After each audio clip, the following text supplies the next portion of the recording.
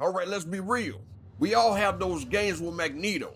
You hitting your abilities, you feel like positioning is on point, but you still get absolutely steamrolled by the enemy vanguard. You're probably just shaking your head like, what is going on, bro? Chalk it up to a bad game and figure you need to practice more. But what if I told you it's not really your fault? What if the reason you're losing is baked right into Magneto's design? All thanks to one critical flaw that makes his defenses crumble when you need them the most. For a long time now, the community has been all over the place with Magneto. You will see the tier list with him at S tier and others that dump him right at the very bottom. Some players will tell you he's a high-skilled hero and his true potential is unlocked with perfect timing and a coordinated team. They'll point to his kit. He can shield an ally from a distance, block projectiles with his metallic curtain, and knock enemies back. And look, on paper, they have a point. The tools are there. But that's where the myth comes in. The ideal that your losses are just a skill gap ignores the fundamental truth. Other vanguards simply do his job better, more reliable, and way less effort. The problem isn't just that Magneto is difficult to play, it's that even when you play him perfectly, his core defense abilities are just fundamentally outclassed.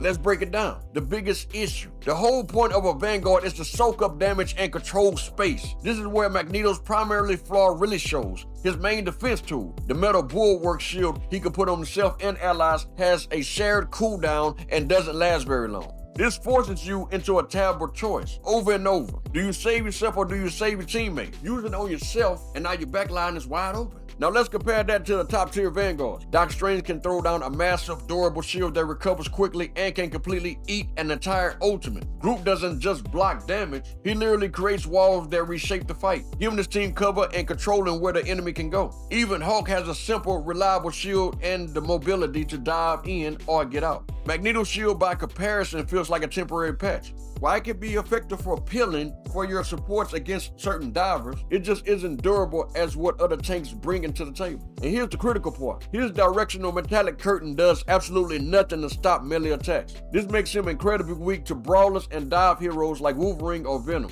who can just walk right through it and blow him up. He just lacks the raw survivability and map control that defines the best vanguards. This brings us to the ultimate, Meteor M. In theory, it's a huge game-changing ability that can turn a team fight by absorbing projectiles to get stronger. And a lot of players will correctly point out its insane potential as a counter-ult. It can soak up all the damage from Star-Lord and Punisher ultimate and then turn it right back around on the enemy team. But potential is the key word there. The ultimate is notoriously unreliable. It can be shot down and destroyed by focused fire before you can even get a chance to launch it, which makes it a super high-risk, inconsistent tool in the middle of a chaotic team fight. And while we're talking about his kit, let's be clear, Magneto doesn't really have mobility. His only true option to reposition comes from his magnetic descent, after he's already launched his ult, which is far too situational to be a reliable escape. So you're left with a character who has a fragment shield, no real escape plan, and an ult that might just fizzle out under pressure. So the real reason you're losing with Magneto isn't that you need to get good. It's because you're fighting an uphill battle with a hero who's fundamentally compromised. His shields are more situational and less durable than his competitors. His free target for melee heroes and his ultimate is too much of a gamble to be his trump card. He feels like a jack of all trades and a master of none, in a game where being a master is what gets you the win. While a really skilled player can definitely make Magneto work and find moments to shine, they're usually winning in spite of his design,